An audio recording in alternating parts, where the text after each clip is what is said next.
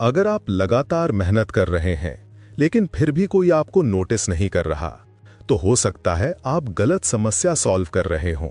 आप सोच रहे हैं कि मेहनत कम है, लेकिन असली इशू कहीं और है।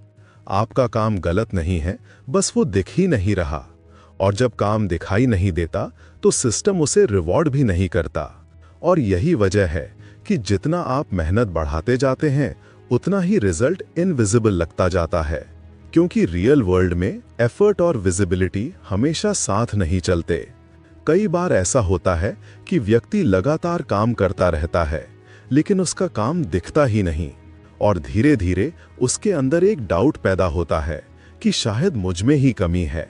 लेकिन अगर आप इस सिचुएशन को थोड़ा लॉजिकली देखें, तो एक अलग पैटर्न दिखाई देता है। कुछ लोग कम एफर्ट के बाद भी विजिबल हो जाते हैं, और कुछ लोग ज्यादा एफर्ट के बाद भी बैकग्राउंड में ही रह जाते हैं। ये डिफरेंस सिर्फ स्किल का नहीं होता, ये डिफरेंस होता है टाइमिंग, प्रोजेक्शन और ग्रहों के इंटरैक्शन का। अब इसे स्टेप बाय स्टेप समझिए। ज्योतिष में 3 लेयर्स काम करती हैं। नंबर 1, नेटल चार्ट, जो आपकी बेस कैपेसिटी और नेचुरल टेंडेंसी दिखाता है। नंबर 2, दशा, जो ये बताती है कि इस समय कौन सा ग्रह रिजल्ट देने की स्थिति में है। और नंबर 3, ट्रांजिट, जो एक्सटर्नल एनवायरनमेंट का सपोर्ट या रेजिस्टेंस दिखाता है। जब ये तीनों एक डायरेक्शन में अलाइन नहीं होते, तो आपका काम स्ट्रांग होने के बाद भी विजिबल नहीं होता। अब यहाँ पहला पैटर्न आता है। अगर आपकी नेटल चार्ट में सैटर्न 10th हाउस सन या लग्ना को इन्फ्लुएंस करता है थ्रू एस्पेक्ट एंड कंजंक्शन, तो इसका असर सिर्फ इतना नहीं होता कि काम में डिले आएगा, बल्कि एक पूरा करियर पैटर्न बनता है। 10th हाउस आपके प्रोफेशन, पब्लिक इमेज और रिकग्निशन को दर्शाता है, और जब सैटर्न यहाँ इन्फ्लुएंस करता है, तो रिकग्निशन जल्दी नहीं आता। आप काम करते हैं, लगातार करते हैं, लेकिन result step by step and slowly आता है। क्योंकि सैटर्न का नेचर ही ऐसा है, वो तुरंत रिवॉर्ड नहीं देता। वो पहले ये देखता है कि आप कितने कंसिस्टेंट हैं, कितना पेशेंस रखते हैं, और आपका स्किल कितना रियल है। तो इसका सीधा मतलब है आपका काम डिले के साथ विजिबल होगा। Saturn is a planet of restriction, और अगर उसी समय सैटर्न की दशा चल रही हो, तो ये फेज और लंबा महसूस होता है। इस दौरान आपको लगता है कि कुछ भी आगे नहीं बढ़ रहा, लेकिन रियलिटी में आपका फाउंडेशन बिल्ड हो रहा होता है। अब दूसरा लेयर, अगर सन वीक है या ट्रांजिट में राहु सन को डिस्टर्ब कर रहा है, तो क्या होता है? सन विजिबिलिटी का कारक है। अगर ये वीक है, तो आपकी प्रेजेंस स्ट्रांग नहीं दिखती। आप काम करते हैं, लेकिन लोगों तक वो इम्पैक्ट नहीं पहुंचता। अब तीसरा और सबसे इंपॉर्टेंट फैक्टर, 3rd हाउस। ये सिर्फ एफर्ट का हाउस नहीं है, ये रिप्रेजेंट करता है कम्युनिकेशन, एक्सप्रेशन, इनिशिएटिव। अगर नेटल चार्ट में 3rd हाउस वीक है, तो व्यक्ति काम तो करता है, लेकिन खुद को प्रेजेंट नहीं कर पाता। और अगर मर्क्यूरी भी वीक हो, तो कम्युनिकेशन क्लैरिटी और कम हो जाती है। यही कारण है कि आपका काम स्ट्रांग होने के बाद भी लोगों तक नहीं पहुंचता।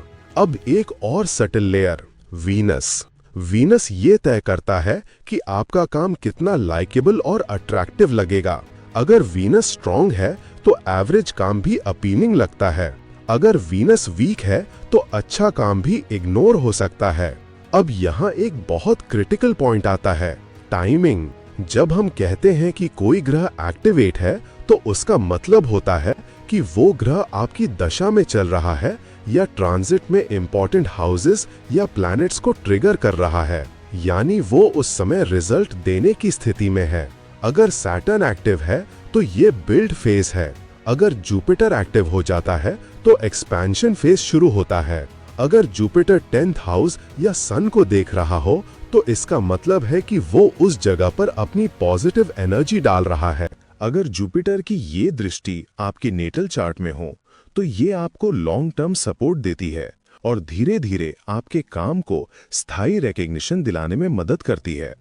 और अगर जुपिटर की यही दृष्टि ट्रांजिट में आए, तो ये एक लिमिटेड टाइम विंडो बनाती है, जहां आपका काम अचानक ज्यादा लोगों तक दिखने लगता है।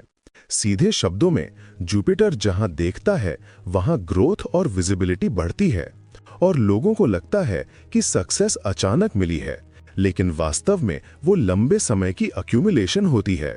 अब सवाल है, इस इनविजिबिलिटी को ब्रेक कैसे करें? सबसे पहले आपको समझना होगा कि सिर्फ मेहनत काफी नहीं है। आपको अपने काम को विजिबल बनाना होगा, कम्युनिकेशन इंप्रूव करना होगा, शेयरिंग शुरू करनी होगी। ये थर्ड हाउस को एक्टिवेट करता है।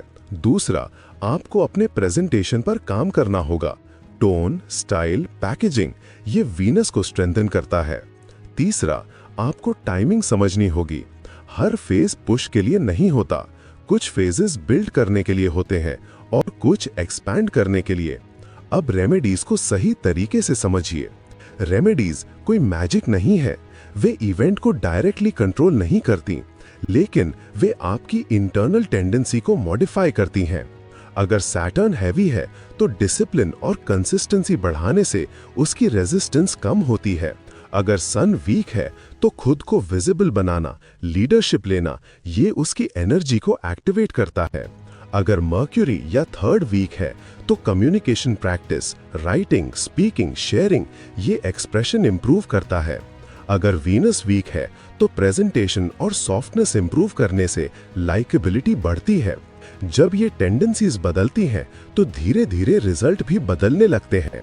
अब अंतिम समझ, आपका हार्ड वर्क इनविजिबल नहीं है, बस अभी वो सही समय, सही प्रोजेक्शन और सही ऑडियंस तक नहीं पहुंचा है।